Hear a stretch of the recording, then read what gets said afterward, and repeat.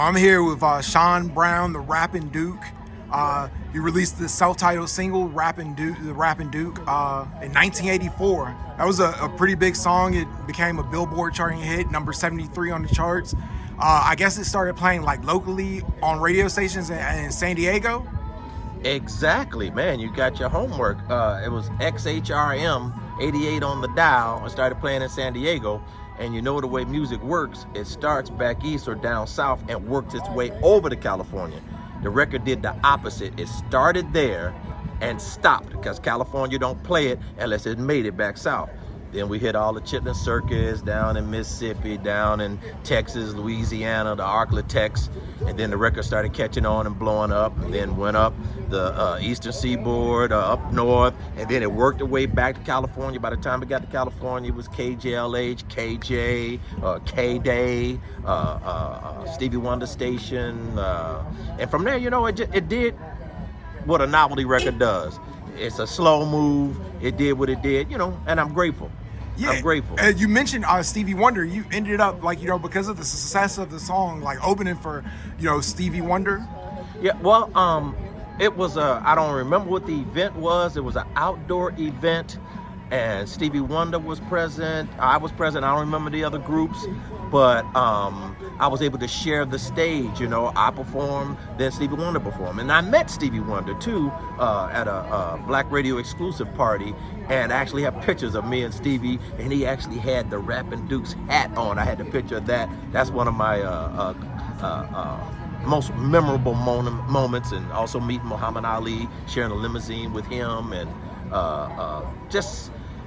There was a lot that went with being a Rappin Duke. It humbled me because I was a one-hit wonder, but it also empowered me to know that I can do great things. And so now, the things that I do now and achieve in early childhood as a consultant, doing the music for children, I'm always setting the bar so high because I was there. And now in early childhood, I'm there. I mean, you know, so it's a blessing and a curse.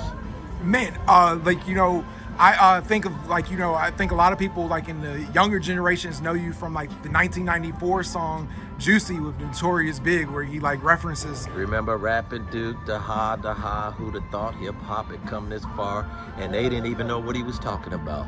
He was talking about me, Pilgrim, da ha. Look it up, Rappin Duke, you'll know. Definitely is a hip-hop classic.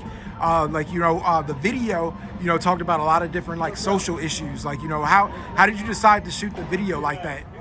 Well, I didn't decide at all. It was the record company that I was with, a small label. They came up with the idea and the concept, and we just ran with it.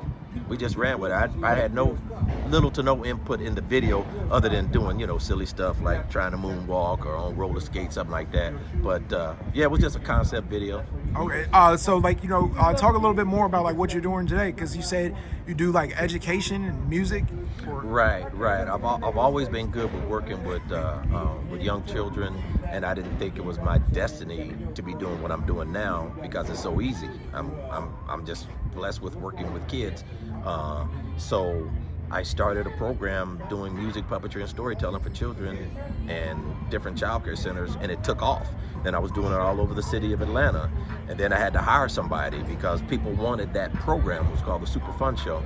And from there, I started learning about professional development. Professional development teachers got to be certified yearly with, you know, first aid, behavior management, just different things. And so I went and touched on the subjects that I'm versed in, which is using music for certain things. And so then I started doing children's CDs.